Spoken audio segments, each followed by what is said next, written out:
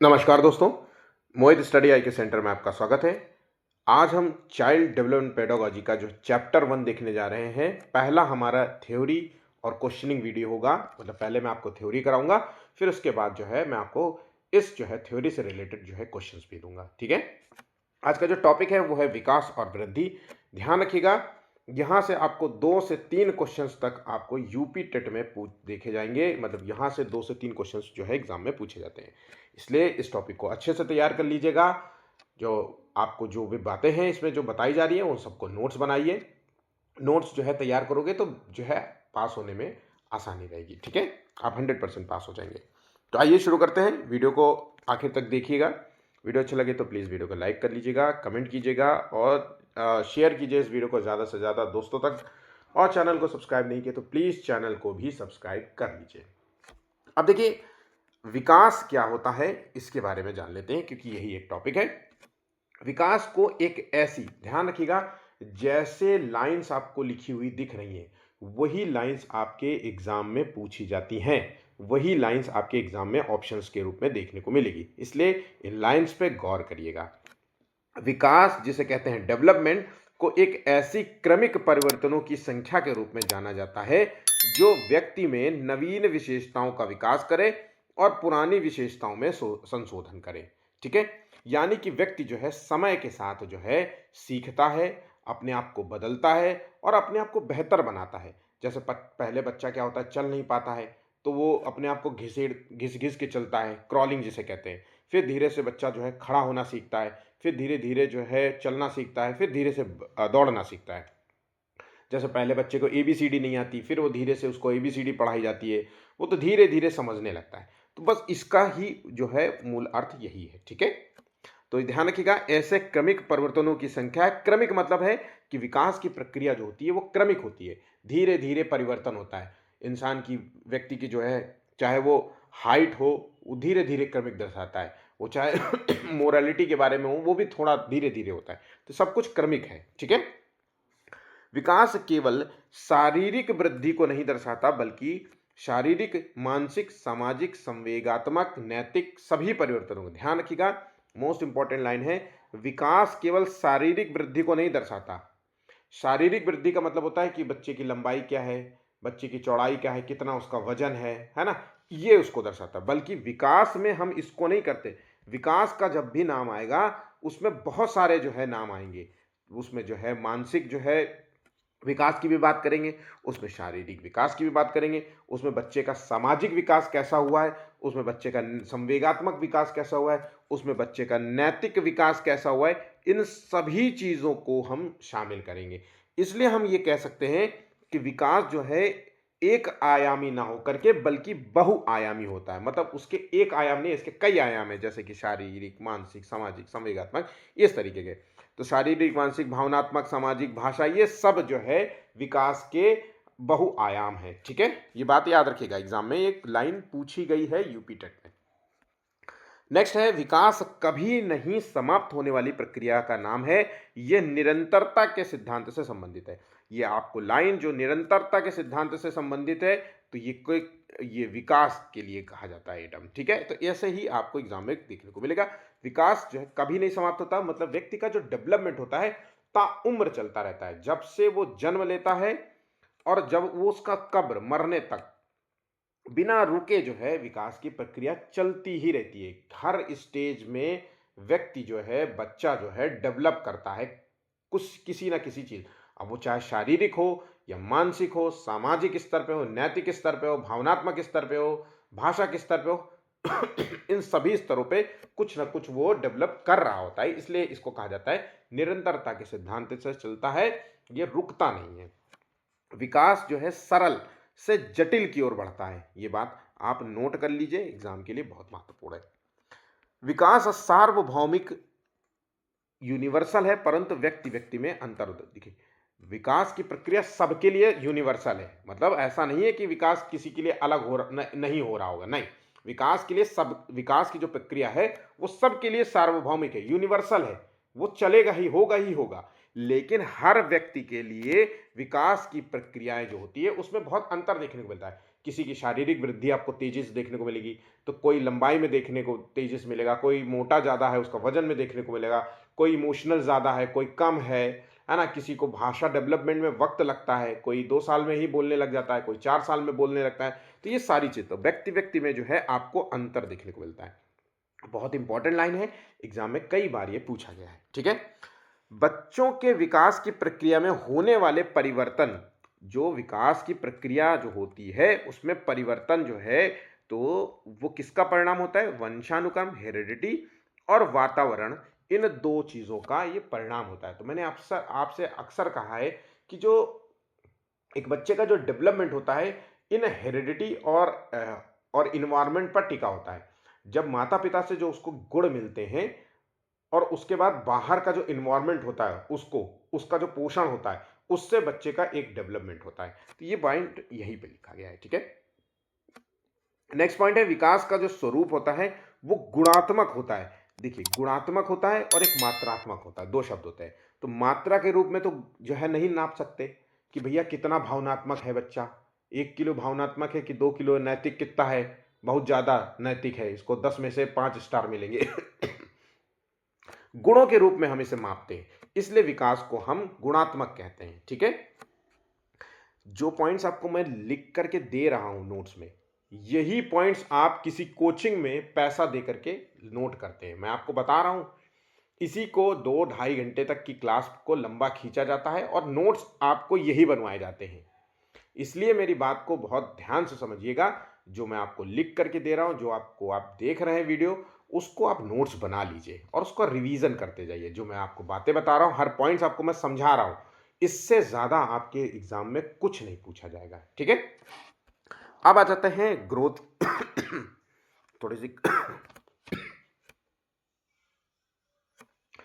अब आ जाते हैं, नेक्स्ट पॉइंट है ग्रोथ। अब वृद्धि से तात्पर्य है शारीरिक परिवर्तन से जो समय के साथ साथ किसी व्यक्ति में होते हैं। तो वृद्धि का संबंध था शारीरिक परिवर्तनों से, मैंने आपसे बताया था पहले पॉइंट में। वृद्धि जो है शरीर के आकार, लंबाई, वजन और अंगों के आकार में होने वाला मात्रात्मक परिवर्तन है। तो ध्यान रखिएगा, पहली बात तो वृद्धि का संबंध किससे है? शारीरिक परिवर्तन से।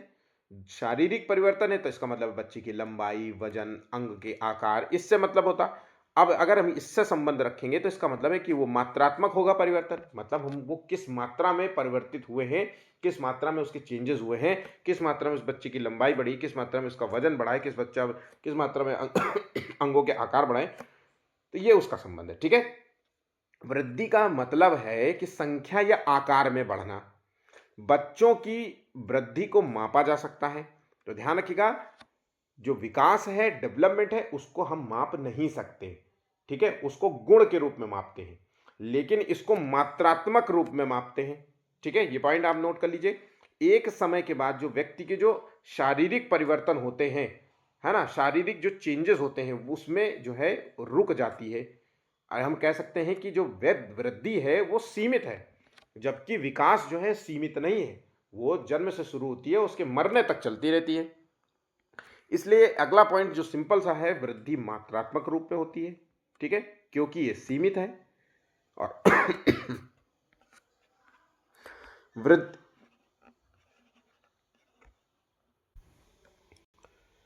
नेक्स्ट पॉइंट है, वृद्धि जो है जिसे हम ग्रोथ कहते हैं, शरीर का फैलाव है, जबकि विकास जो है, डेवलपमेंट, व्यक्तित्व का विस्तार है। ये पॉइंट आप नोट कर लीजिएगा, एग्जाम में ये आपको ट्रू और फॉल्स के रूप में पूछेगा। ठीक है, और आपको आंसर पता होना चाहिए। आपको गलत स्टेटमेंट लिख के देगा, इसमें बताया पूछेगा कि कौन सा स्टेटमेंट सही है। ठीक है, तो ये देखने में आपको बहुत आसान लग रहा है, लेकिन जब आपको क्वेश्चंस मिलेगा ना, तो आपके लिए ये बहुत हार्ड हो जाएगा। इसलिए ध्यान रखिएगा, हर एक पॉइंट आपको नोट करना है।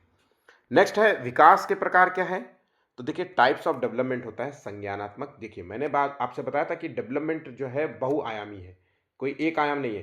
तो उसी आयाम की बात हो रही है। संज्ञानात्मक विकास, शारीरिक विकास, भाषा विकास, सामाजिक विकास, भावनात्मक विकास, नैतिक विकास, ये सभी पॉइंट्स आपको नोट कर लेना है। ठीक है, अब संज्ञानात्मक विकास क्या होता है, जिसे हम कहते हैं कॉग्निटिव डेवलपमेंट।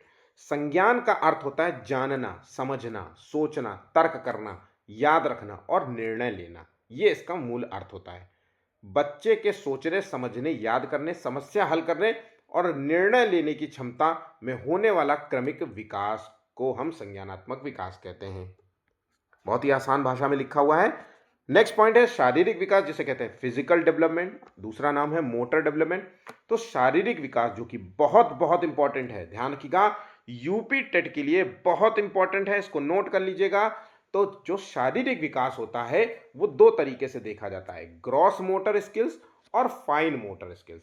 तो ग्रॉस मोटर स्किल में क्या होता है, शरीर की बड़ी मसल का प्रयोग होता है। ध्यान रखिएगा, ग्रॉस मतलब बड़ी मसल, ध्यान रखिएगा। अब बड़ी मसल का क्या मतलब, अपना शरीर देखिए और हाथ का मूवमेंट करिए, पैर का मूवमेंट करिए, पूरा बॉडी घुमाइए, है ना, पूरा गला घुमाइए। तो ये जो मूवमेंट हो रहा है ये ग्रॉस मोटर स्किल्स है। हाथ चलाना, खड़े होना, सीढ़ियां चढ़ना, दौड़ना, ये सब जो है ग्रॉस मोटर स्किल्स का उदाहरण है। बात यहां पे समझ गए, शरीर में बड़ी मसल्स का प्रयोग करना। ठीक, अब आ जाते हैं, अगला पॉइंट आता है फाइन मोटर स्किल्स। इसका मतलब होता है शरीर की छोटी, फाइन मतलब छोटी मसल का प्रयोग करना, जैसे उंगलियां चलाना, आंखें घुमाना, जीभ, होठों का प्रयोग करना, इस तरह पलके जो है मिचकाना, इस तरीके की जो चीजें होती हैं ये छोटी मसल से संबंधित होती हैं, जिसे फाइन मोटर स्किल्स कहते हैं। नेक्स्ट है भाषा विकास, लैंग्वेज डेवलपमेंट। तो बच्चे द्वारा ध्वनियों, शब्दों, वाक्यों और उनके अर्थ को समझने, उपयोग करने और संप्रेषण करने की क्षमता का क्रमिक विकास है। ठीक है, अब भाषा विकास के संदर्भ में बहुत सारे मनोवैज्ञानिक ने अपने अपने पॉइंट्स कहे हैं, उसको भी देख लेते हैं, बहुत इंपॉर्टेंट रहते हैं। पियाजे ने भाषा जो है बच्चे की संज्ञानात्मक परिपक्वता के साथ विकसित होता है। तो पियाजे मानते हैं कि जो बच्चे की जो भाषा होती है, जैसे जैसे बच्चा मैच्योर होगा वैसे वैसे उसकी भाषा भी डेवलप होती चली जाएगी। स्किनर मानते हैं कि बच्चा जो है बड़ों की नकल करके भाषा सीखता है। प्रोत्साहन महत्वपूर्ण है, रीइंफोर्समेंट महत्वपूर्ण है। प्रोत्साहन, पॉजिटिव प्रोत्साहन और निगेटिव प्रोत्साहन। अगर कोई चीज आप पॉजिटिव करेंगे तो बच्चा उस एक्शन को बार बार करेगा, अगर आप उसको निगेटिव रखेंगे तो बच्चा वो उस एक्शन को नहीं करेगा। ठीक है, तो ध्यान रखिएगा, बड़ों की नकल करके बच्चा सीखता है, ये स्टेटमेंट है स्किनर का भाषा के संदर्भ में। नोम चोम्स्की का मानना था कि बच्चे में भाषा सीखने की जन्मजात क्षमता होती है। ये पॉइंट आपके लिए बहुत इंपॉर्टेंट है, बच्चे में भाषा सीखने की क्षमता जन्मजात है। देखिए, नोम चोम्स्की जो मनोवैज्ञानिक वो मानते थे कि बच्चे में एक ऐसी जो है यूनिवर्सल डिवाइस, जो यहां पे डिवाइस जिक्र किया गया ना, ये यूनिवर्सल एक डिवाइस होती है। ये डिवाइस बच्चे के दिमाग में फिट होती है, जो बच्चा जो है वो पैदा होते ही जो है भाषा सीखने की क्षमता के साथ पैदा होता है। यही बात कही गई है यहाँ पे। ठीक है, अब आ जाते हैं नेक्स्ट पॉइंट जो है लेव वाइगोस्की के लिए। तो लेव वाइगोस्की मानते हैं कि बच्चे में जो भाषा होता है वो सामाजिक संपर्क और संवाद के माध्यम से विकसित होती है। तो भाषा तभी सीखेगा जब वो सामाजिक रूप से उठेगा बैठेगा, सामाजिक और सांस्कृतिक अंतःक्रिया का परिणाम होता है। ठीक है, अब आ जाते हैं भावनात्मक इमोशनल डेवलपमेंट। तो यहाँ बच्चे की भावनाओं को समझने, व्यक्त करने और उसको नियंत्रित करने की क्षमता का नाम है होने वाला क्रमिक विकास को हम भावनात्मक विकास कहते हैं। ये बच्चे के व्यक्तित्व निर्माण, सामाजिक व्यवहार और सीखने की क्षमता पर गहरा प्रभाव डालता है। और ये बहुत बार ये क्वेश्चन पूछा गया है यूपी टेट में, कई बार पूछा गया है कि भावनात्मक विकास बहुत ज्यादातर जो है बच्चे के व्यक्तित्व निर्माण में सहायक होता है। बच्चे को भावनाओं का कंट्रोल करना आना चाहिए। अगर बच्चा इमोशनल ज़्यादा होगा तो वो कहीं ना कहीं वो अपनी जो है बौद्धिक क्षमता का प्रयोग सही से नहीं करेगा। जैसे हम व्यक्ति, जब भावनाओं का मतलब होता है जैसे हम प्रेम में पड़ जाए, ज़्यादा हमें प्रेम उबाल मारेगा ना तो हम सही से डिसीजन नहीं मिलेंगे, है ना। मेरी वाली अलग है, वो वाला एग्जाम्पल याद रखिएगा। तो मेरी वाली अलग है, ठीक है, चाहे जितना प्रेम में होगा, क्या वो चीटिंग भी कर रहा होगा, कर रही होगी, तो आपको लगेगा मेरी वाली अलग है या मेरा वाला अलग है। उसका सामाजिक व्यवहार, ठीक है, आप ज़्यादा इमोशनल होंगे, ज़्यादा एग्रेसिव, गुस्से वाले, प्रेम वाले, है ना, ईर्ष्या करने वाले, इस तरीके भावनाओं वाले होंगे तो सामाजिक व्यवहार कहीं ना कहीं आपका प्रभावित होगा, सीखने की क्षमता प्रभावित होगी, ये सारी चीज़ें हैं। ठीक है, भावनात्मक विकास की जो है कुछ अवस्थाएं हैं। तो स्टेजेस ऑफ इमोशनल जो है डेवलपमेंट, तो ये नोट कर लीजिएगा। सीटेट में सीटेट में तो हालांकि ये नहीं पूछा जाता है, लेकिन आपको यूपी टेट में आपको ये क्वेश्चन देखने को मिल सकता है, तो नोट कर लीजिएगा, बहुत इंपॉर्टेंट है। शैशव अवस्था में, जिसे हम इन्फेंसी पीरियड कहते हैं, ये जन्म से 2 वर्ष की मानी जाती है। इस अवस्था में भूख, दर्द, डर, प्रसन्नता जैसी मूल भावनाएं आपको बच्चे के अंदर देखने को मिलेंगी।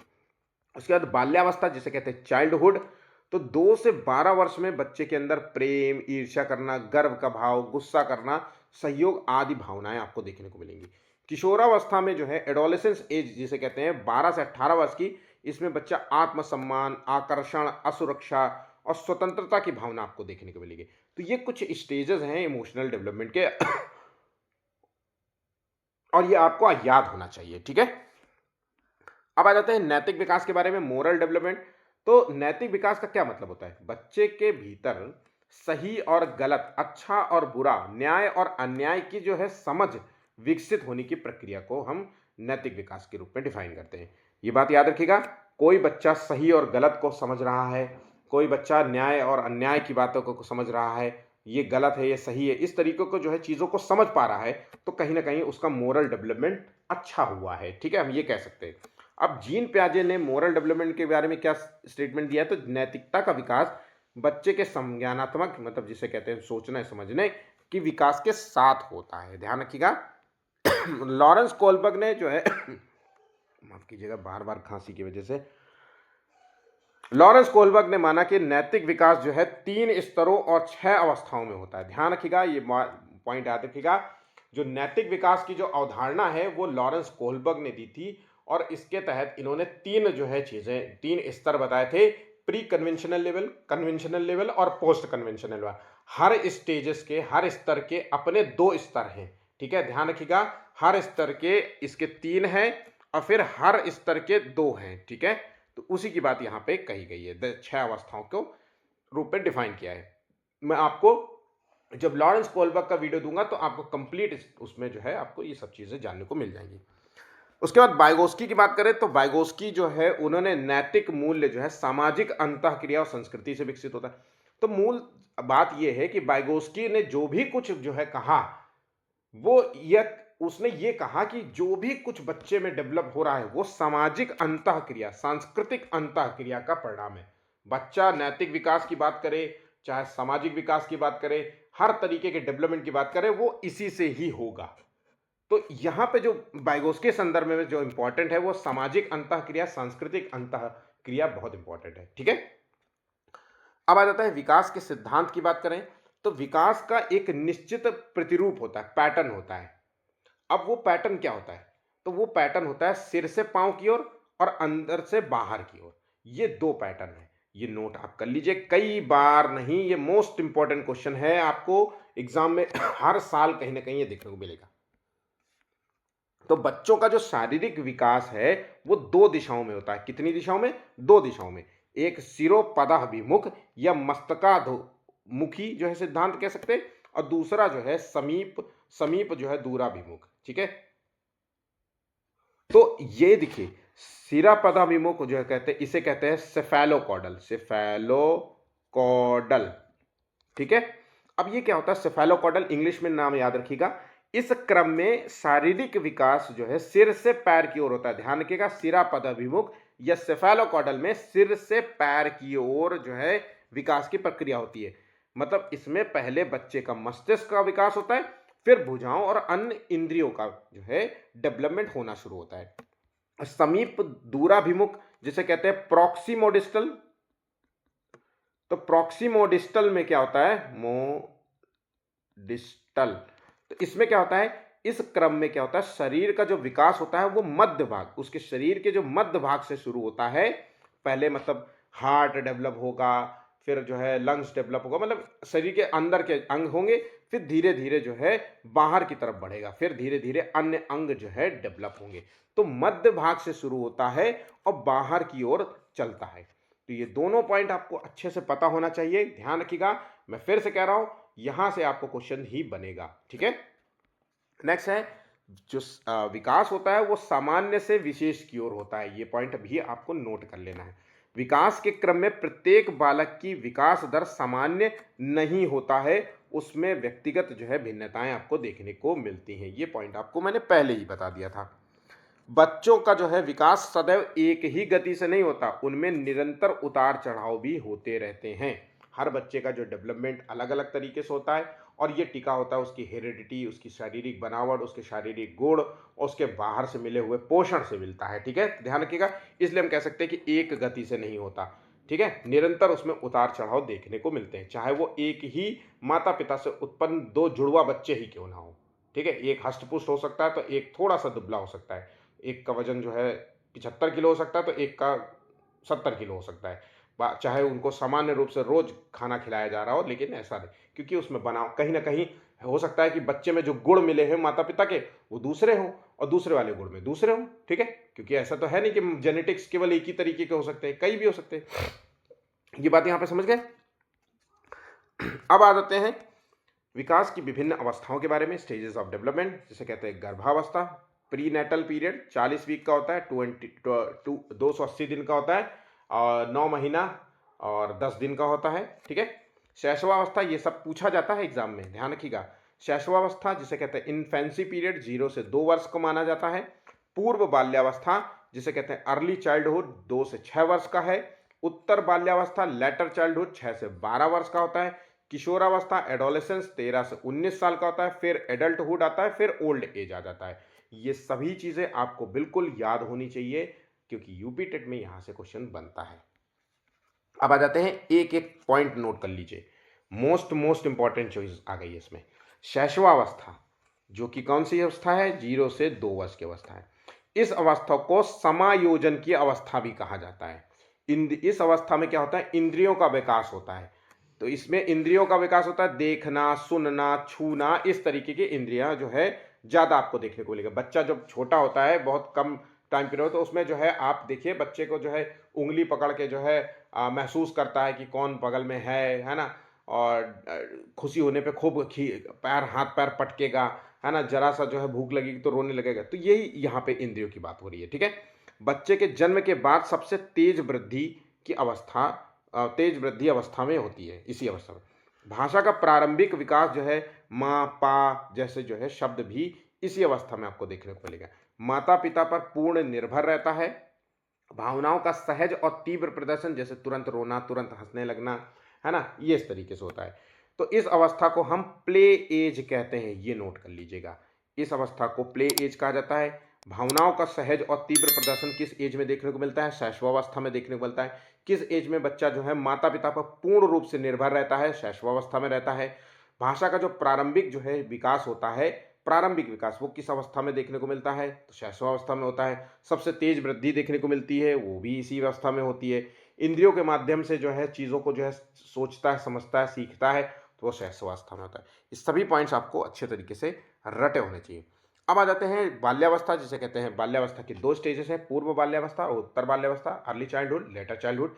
अर्ली चाइल्डहुड में क्या होता है कि ये अवस्था जो होती है शारीरिक और मानसिक विकास की दृष्टि से बहुत महत्वपूर्ण होता है।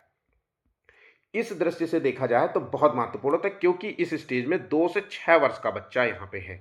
अब आप खुद सोचिए, स्कूल में जा रहा है, प्री स्कूल में, है ना। 6 साल में आएगा तो बच्चा क्लास 1 में जाएगा, और 2 से 3 से 2.5 साल में आता है तो वो नर्सरी प्ले ग्रुप में चला जाता है। तो शारीरिक ग्रोथ, मानसिक विकास की दृष्टि से बहुत इंपॉर्टेंट होता है। कल्पना शक्ति और जिज्ञासा बहुत प्रबल होती है, बहुत जिज्ञासा, हर चीज़ जानना होता है, हर चीज़ देखना होता है। आप देखिए अक्सर आपकी चीज़ें जो है वो अलमारी खोल रहे होते हैं, बात बात पे नहीं ये नहीं करना है, कुछ भी करते रहते हैं बच्चा। तो कल्पना शक्ति जिज्ञासा से भरा होता है। इस स्टेज को हम टॉय एज कहते हैं। इस स्टेज में बच्चा टॉय से खेलता है, क्योंकि खेल इस अवस्था की प्रमुख गतिविधि मानी जाती है। ये सभी पॉइंट्स आपको नोट करते हुए चलना है। आत्म केंद्रित प्रवृत्ति, ईगो जो सेंट्रिज्म अधिक होती है, मतलब ईगो जो है अंदर सेंटर में होता है। आत्म, हर चीज उसको ही चाहिए, उसी के माध्यम से हर चीज हो। कुछ भी आया तो पहले वही देखेगा, पकड़ेगा, उठाएगा, जबकि उसके काम की हो या ना हो, उससे कोई मतलब। तो आत्म केंद्र की प्रवृत्ति भावना आपको देखने, बच्चा बहुत जिज्ञासु प्रवृत्ति का होता है।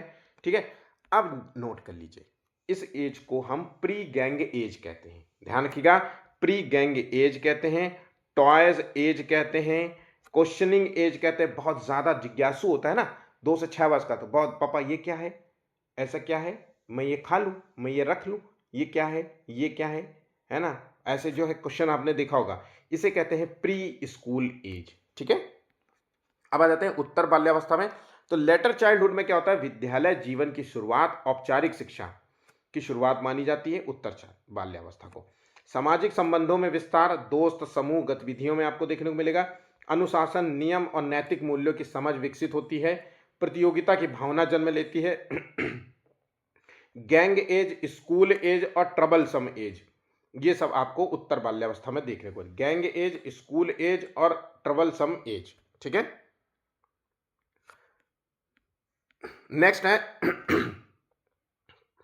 नेक्स्ट जो पॉइंट है उसे कहते हैं किशोरावस्था, जो 12 से 11 और 12 से वर्ष से 19 वर्ष तक की आप देखते हैं। इस अवस्था में बच्चों में हार्मोन्स का उतार चढ़ाव ज्यादा होता है। ठीक है, क्योंकि किशोर हो चुका होता है, हार्मोन्स का उतार चढ़ाव आपको देखने को ज्यादा मिलेगा। यौन परिपक्वता जिसे कहते हैं प्यूबर्टी की शुरुआत होती है। ठीक है, शारीरिक मानसिक जो है उथल पुथल का शिकार रहता है बच्चा। आत्म पहचान, आइडेंटिटी का निर्माण है, मतलब इसमें जो है अपने आइडेंटिटी के लिए जड़ा बड़ा जो है परेशान रहता है। मैं कुछ हूँ कि नहीं हूँ, मेरा कोई अस्तित्व है कि नहीं है, मेरी भी कोई जो है इज्जत है, मेरी भी कोई वैल्यू है, अपने दोस्तों के बीच में जो है बहुत नाम कमाना चाहता है। इस अवस्था में बहुत ज़्यादा बच्चा जो है कल्पनाशील रहता है। सामाजिक अस्थिरता आपको देखने को मिलती है, अगर सही परवरिश ना हो तो सामाजिक जो है डिसबैलेंस हो जाएगा, बच्चा गलत संगत में चला जाएगा। आपने अक्सर देखा होगा इसी स्टेज में आकर के बच्चे जो है गलत चीज़ों का शिकार हो जाते हैं। ठीक है, क्योंकि हार्मोन्स बदल चढ़ते हैं। यौन परिपक्वता भी देखने को मिल रही है, शारीरिक मानसिक उथल पुथल देखने को मिल रहा है। किशोरावस्था को स्टैनली हॉल ने स्ट्रेस एंड स्टॉर्म की अवस्था कहा था, मतलब तूफान और तनाव की अवस्था कहा था। ये बात भी आप नोट करे रहिएगा। स्टैनली हॉल का स्टेटमेंट यहाँ पे दिया हुआ है, जो कि यूपी टेट में कई बार पूछा गया है। किशोरावस्था एक तनाव और तूफान की अवस्था है। Adolescence is the age of stress and storm. ठीक है, अब आ जाता है विकास को प्रभावित करने वाले कारक कौन से हैं। तो वंशानुक्रम, जो हेरिडिटी है, वो विकास को प्रभावित करते हैं। पर्यावरण, जो बाहर का जो पर्यावरण है, आसपास का जो माहौल है, वो भी विकास को प्रभावित करता है। ठीक है, विकास का मतलब होता है शारीरिक, मानसिक, बौद्धिक, है ना, भावनात्मक, नैतिक, ये सब चीज़ों की बात हो रही, भाषा, है ना, ये सब चीज़ें इसमें शामिल हैं, ध्यान रखिएगा। तो पर्यावरण से जो है ये बहुत ज़्यादा जो है प्रभावित रहता है। आहार, खान पान, सीखने का अवसर दिया गया कि नहीं मिला इसको, ये सब भी प्रभावित करता है। सामाजिक सांस्कृतिक प्रभाव भी जो है प्रभावित करते हैं विकास को। तो ये सभी पॉइंट्स एक जो इम्पॉर्टेंट पॉइंट्स हैं वो आपके एग्जाम के लिए पूछे गए। अब देखिए यहाँ तक तो आपका थ्योरी था। यकीन मानिए जितना मैंने आपको कराया है इतना आपके दिमाग में अगर रटा हुआ है, समझ लीजिए, तो एग्जाम में 100% 2 से 3 क्वेश्चंस आपको मिलेगा और हर रूप में आप ये क्वेश्चंस को कर पाएंगे। तो आइए क्वेश्चंस को देखते हैं जो परीक्षा के लिए पूछे जा, जो परीक्षा की दृष्टि से देखा जाए तो बहुत इंपॉर्टेंट है, और इन क्वेश्चंस को तैयार करते हैं। वृद्धि का स्वरूप कैसा होता है, तो देखिए मैंने आपसे कहा था कि वृद्धि को जो है मात्रा के रूप में मापते हैं। वृद्धि को हम शारीरिक रूप में देखते हैं, शारीरिक जो है रूप में देखेंगे, किस रूप में लंबाई बढ़ी है, किस मोटाई बढ़ी है, मोटा हुआ है कि नहीं हुआ है, चौड़ाई क्या है, ये सब चीजें। ठीक है, तो मात्रात्मक रूप में देखते हैं। ठीक है, नेक्स्ट क्वेश्चन है विकास किस प्रकार की प्रक्रिया है, तो विकास को हम गुणात्मक रूप में नापते हैं। तो आंसर हो गया ऑप्शन बी। नेक्स्ट क्वेश्चन है विकास कभी ना समाप्त होने वाली प्रक्रिया है, यह विचार किससे संबंधित है, तो विकास कभी ना समाप्त होने वाली प्रक्रिया, इसका मतलब है कि यह निरंतरता के सिद्धांत से संबंधित है। ठीक है, निरंतर मतलब निरंतर चलती रहती है, जन्म से शुरू होती है विकास की प्रक्रिया और उसके मरने तक जो है चलती ही रहती है।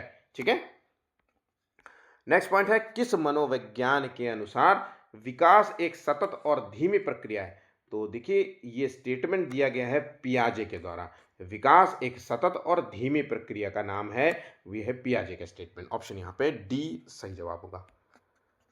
जब बच्चा वस्तुओं और विचारों के बीच समानता और भिन्नता को पहचानना सीखता है तो वो किस प्रकार का संकेत है।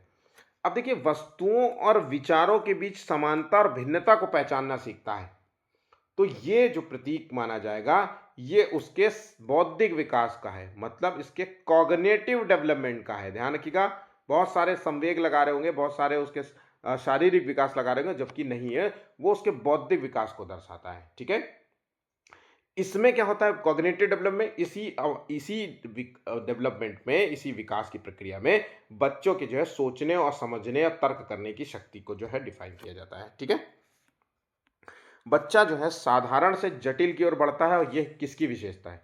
तो साधारण से जटिल की ओर बढ़ता है, ये बात जो है कही गई है विकास के लिए। ऑप्शन ए बिल्कुल सही जवाब होगा। व्यक्तिगत शिक्षार्थी इंडिविजुअल लर्नर एक दूसरे से डॉट डॉट में भिन्न होते हैं। किस रूप में भिन्न होते हैं? विकास की दर में, विकास क्रम में, विकास की सामान्य क्षमताओं में, या विकास एवं वृद्धि और विकास के सिद्धांतों में। तो यहाँ पे सातवें का आंसर है विकास की दर में जो है ये एक दूसरे से भिन्न होते हैं। सातवें का आंसर होगा ऑप्शन ए। आठवां क्वेश्चन है निम्नलिखित में से किस स्तर में बच्चे अपने समकक्षी वर्ग के सक्रिय सदस्य बनते हैं? अब सम देखिए बोल रहा है समकक्षी वर्ग के अपनी एज वर्ग में सक्रिय सदस्य बनते हैं। तो ये स्टेटमेंट किसके लिए? ये किशोरावस्था के लिए, जिसे स्टैनली हॉर्न ने स्ट्रेस एंड स्टॉर्म की अवस्था का नाम दिया।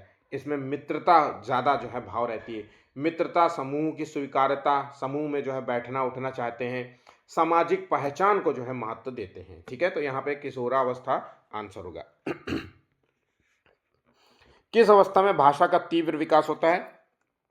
अगर हम भाषा की बात करें तो पूर्व बाल्यावस्था में भाषा की प्रक्रिया यहाँ से तो शुरू हो जाती है, जो 0 से 2 वर्ष में कोशिश तो करता है, लेकिन सबसे तीव्र जो है अगर विकास का बात करें तो वो जो 2 से 6 वर्ष की अवस्था होती है, आपको सबसे ज़्यादा भाषा का डेवलपमेंट यहीं, क्योंकि यहीं पे बच्चा जो है सबसे ज़्यादा जो है शब्दों का भंडार जो है उसको देखने को मिलेगा। शब्द भंडार जो है, वोकैब जो है, बहुत सारे जो है शब्द बढ़ेंगे और बहुत ज़्यादा क्वेश्चन पूछेगा उन्हीं शब्दों का प्रयोग करते हुए। तो आपने अक्सर देखा होगा, जिनके घर में बच्चे होंगे तो वो समझते होंगे कि अक्सर जो है वो नए नए शब्द ईजाद करते हैं, नए नए सेंटेंस बोलने लगते हैं और उसमें हम लोग कितना हंसी मजाक करते हैं कि अरे ये कहाँ से सीखा, अरे बाबा ये देखो कल ये बोल रहा था, इस तरीके से। ठीक है, सांप्रतिक दृष्टिकोण के अनुसार बचपन को किस रूप में देखा जाता है? आंसर है वृद्धि और परिवर्तन की एक विशिष्ट अवस्था के रूप में। ऑप्शन यहाँ पे बी इसका सही जवाब होगा। नेक्स्ट, कक्षा में बच्चों की भिन्न भिन्न क्षमताओं, रुचियों और आवश्यकताओं को समझते हुए प्रभावी शिक्षण करने के लिए शिक्षक को किसका ज्ञान होना आवश्यक है? तो केवल पाठ्यक्रम और विषय वस्तु का केवल ज्ञान होना चाहिए, या फिर एजुकेशन कोड का होना चाहिए, या फिर अध्यापन विषय और बाल मनोविज्ञान का ज्ञान होना चाहिए? तो आंसर हो गया ऑप्शन सी। शिक्षक और विद्यार्थी के मध्य संबंध होना चाहिए, तो शिक्षक और शिक्षार्थी के मध्य किस तरीके का संबंध होना चाहिए? स्नेह का होना चाहिए, विश्वास का होना चाहिए, एक दूसरे के प्रति सम्मान का होना चाहिए। इसलिए हम कह सकते हैं कि यहाँ पे आंसर होगा ऑप्शन डी। विकास के संदर्भ में निम्न में से कौन सा कथन सत्य नहीं है? तो 13वें का आंसर है विकास की जो है प्रत्येक अवस्था की अपनी विशेषताएं होती हैं। देखिए, विकास की प्रत्येक अवस्था में अपने खतरे होते हैं। विकास किसी के उकसाने या बढ़ावा देने से नहीं होता है। विकास सांस्कृतिक परिवर्तनों से प्रभावित होता है और प्रत्येक अवस्था में अपनी विशेषताएं होती हैं। ये कथन सत्य नहीं है। 13 का आंसर हो गया, माफ कीजिएगा, यहाँ पे 13 को कथन सत्य नहीं है। विकास जो है वो उकसाने और बढ़ावा देने से नहीं होता है। ठीक है, ये क्रमिक होता है, चलता रहता है ना। तो यहाँ पे बी स्टेटमेंट होगा, विकास को उचित जो है उत्तेजना, वातावरण और अनुभव से बढ़ाया जाता है। ठीक है, ये पॉइंट आप नोट कर लीजिएगा। विकास का क्या अर्थ है? तो 14वें का आंसर है विकास जो है वो आंसर है यहाँ पे डी, परिपक्वता और अनुभव के फल स्वरूप होने वाले परिवर्तनों की श्रृंखला। निम्न में से कौन सी पूर्व बाल्यावस्था की विशेषता नहीं है? तो पूर्व बाल्यावस्था कब है? 2 से 6 वर्ष की अवस्था। अब देखिए, सोचिए इसमें, तो इसकी जो विशेषता नहीं है, इसे प्ले एज जो नाम दिया है, वो इस स्टेज की व्यवस्था मतलब विशेषता नहीं देखी जाती है। ठीक है, 16वां क्वेश्चन है मानव विकास किन दोनों के योगदान का परिणाम है? तो आंसर है वंशक्रम और वातावरण का परिणाम है। ऑप्शन यहाँ पे सी इसका सही जवाब होगा। नेक्स्ट, निम्न में से कौन सा कथन विकास के बारे में सत्य नहीं है? तो विकास जो है विशिष्ट से सामान्य की ओर होता है। तो ये विकास के बारे में सत्य नहीं है, ठीक है। जबकि विकास जो है सामान्य से विशिष्ट की ओर होता है। तो ऑप्शन यहाँ पे सामान्य से विशिष्ट की ओर होना चाहिए था, लेकिन ये स्टेटमेंट यहाँ पे गलत हो जा रहा है, तो इसलिए इसको हम गलत मान लेंगे, ठीक है। क्रियात्मक अनुसंधान जिसे कहते हैं एक्शन रिसर्च का उद्देश्य होता है, तो इसका क्या उद्देश्य होता है? नवीन ज्ञान की खोज करना, बिल्कुल सही बात है। शैक्षिक जो है परिस्थितियों में व्यवहार विज्ञान का विकास, बिल्कुल सही है। विद्यालय तथा कक्षा के शैक्षिक जो है कार्य प्रणाली में सुधार ला रहा। तो इस तरीके से यहाँ पे तीनों स्टेटमेंट सही है। ऑप्शन डी यहाँ पे हम चुनेंगे, आंसर हो गया डी। शर्म और गर्व का भाव जो होता है वो किस अवस्था में देखने को मिलता है? तो यहाँ पे ये अवस्था होती है बाल्य अवस्था। ऑप्शन यहाँ पे बी यहाँ पे सही है। और 2 से जो है 11 वर्ष की अवस्था तक माना जाता है, ठीक है। निचली कक्षाओं में शिक्षण की खेल पद्धति मूल रूप से आधारित है। 20वें का आंसर है विकास और वृद्धि के मनोविज्ञान सिद्धांत पर आधारित है। ऑप्शन यहाँ पे सी इसका सही जवाब होगा। बाल्यावस्था होती है, तो बाल्यावस्था कब तक होती है? तो मैंने आपसे कहा था 2 से 6 वर्ष तक होती है। तो यहाँ पे स्टेटमेंट अगर हमें देना है तो 21 का जो है 5 वर्ष तक, वैसे तो पूरा सही से डिफाइन नहीं किया है। आंसर हमें 2 से 6 वर्ष का देखना है, तो ए भी हो सकता है और डी भी यहाँ पे हो सकता है, ठीक है। नेक्स्ट है विकास में वृद्धि के से तात्पर्य है, तो विकास में वृद्धि से क्या तात्पर्य है? तो 22 का आंसर है विकास में वृद्धि आकार, सोच, कौशल, इन सब चीजों में वृद्धि। ऑप्शन यहां पे डी। परिपक्वता का संबंध डॉट डॉट से है, तो परिपक्वता का जो संबंध है वो किस चीज से है?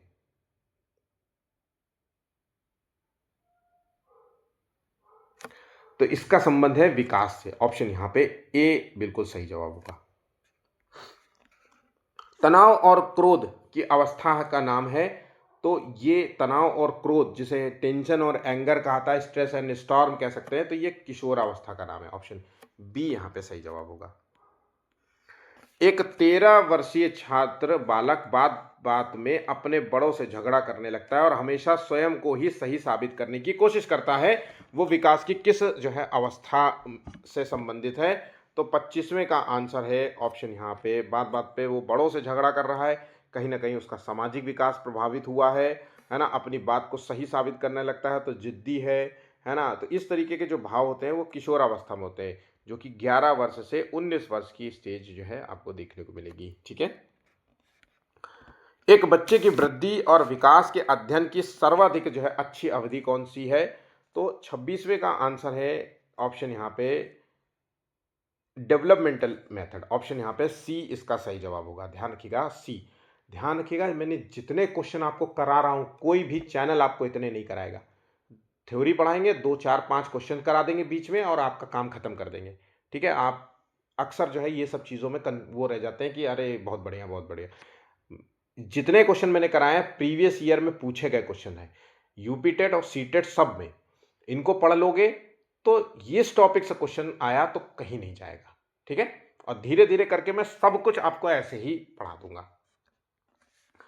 तो प्लीज जो है वीडियो अच्छा लगा हो तो प्लीज लाइक जरूर करिएगा। बच्चों के विकास में सिरा सिफेलोकॉडल जिसे कहते हैं सिरा पदा जो है सिद्धांत में कौन सा कथन सत्य है? तो मैंने सिर से पैर की तरफ डेवलपमेंट वाली बात कही थी, तो देखिए सिर से पैर की ओर होता है, आंसर हो गया। ये मध्य भाग से परिधि की ओर होता है, तो ये होता है प्रॉक्सिमोडिस्टल, ठीक है।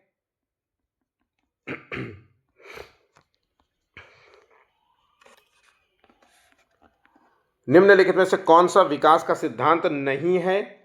तो विकास जो है लंबवत न होकर वृत्ताकार होता है, विकास क्रमबद्ध होता है, विकास निरंतर होता है, विकास मशीनी प्रक्रिया है। तो यही स्थान जो सिद्धांत है वो गलत हो जाता है, मतलब ये ऑप्शन ही गलत है पूरी तरीके से, ठीक है। वृद्धि को प्रभावित करने वाला कारक क्या है? तो वृद्धि को जो है पर्यावरण, स्वास्थ्य, आहार, ये सभी चीजें जो है ग्रोथ को प्रभावित करते हैं। ग्रोथ का मतलब होता है उसकी शारीरिक क्षमता से, मात्रात्मक से, मात्रा से। ठीक है, बात यहां पर समझ गए? निम्नलिखित में से कौन सा कथन जो है बच्चे के विकास में परिवेश की भूमिका का समर्थन करता है? तो यहाँ पे सही आंसर होगा, कुछ शिक्षार्थी सूचनाओं का जल्दी प्रकरण करते हैं जबकि उसी कक्षा के अन्य विद्यार्थी ऐसा नहीं कर पाते। तो परिवेश की भूमिका समर्थन इसीलिए कर रहा है। ऑप्शन यहाँ पे ए सही है। तो भाई कुछ बच्चे जो होता है सूचनाओं को जल्दी ग्रहण कर लेते हैं जबकि कुछ उसी कक्षा के जो है कुछ बच्चे जो है चीज़ों को जो है ग्रहण नहीं करते। तो वो विकास में जो परिवेश की जो भूमिका होती है, आसपास का माहौल कैसा है उनके, है ना, वो बहुत मैटर करता है। तो ऑप्शन यहाँ पे ए बिल्कुल सही जवाब होगा। बच्चों के विकास के सिद्धांतों को समझना शिक्षक की सहायता करता है। तो यहाँ पे देखिए 31वें का आंसर होगा, शिक्षार्थियों की भिन्न भिन्न अधिगम जो है शैलियों को प्रभावी रूप से संबोधित करने में उसकी सहायता करता है। आंसर हो गया ऑप्शन ए। में से कौन सा जो है वृद्धि और विकास का पहला चरण है? तो वृद्धि और विकास का पहला चरण माना जाता है, तो 32वें का ये उसके शारीरिक विकास को जो है हम पहला चरण मानेंगे। ठीक है,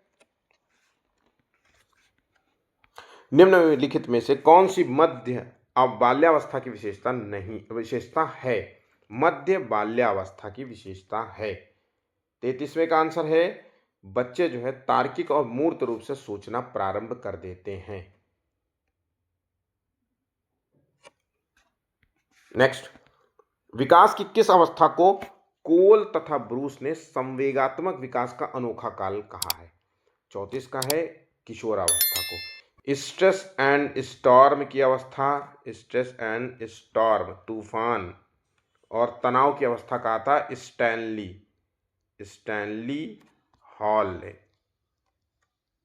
ने। ठीक है, ये बात भी आप नोट कर लेना। किस अवस्था को खिलौनों की आयु कहा जाता है? मतलब टॉय एज कहा गया है। अब टॉय एज किसे कहा गया था? तो 35वें का आंसर है पूर्व बाल्यावस्था। एज ग्रुप क्या है? पूर्व बाल्यावस्था की 2 से 6 वर्ष का। ठीक है, ध्यान रखिएगा, जितने क्वेश्चंस मैंने 35 क्वेश्चंस कराए हैं ये सभी क्वेश्चंस इंपॉर्टेंट है। वीडियो अच्छा लगा हो तो प्लीज़ लाइक ज़रूर करिएगा, शेयर कीजिएगा और चैनल को सब्सक्राइब नहीं किया तो प्लीज़ चैनल को भी सब्सक्राइब कर लीजिएगा। अभी के लिए बस इतना ही है, धन्यवाद।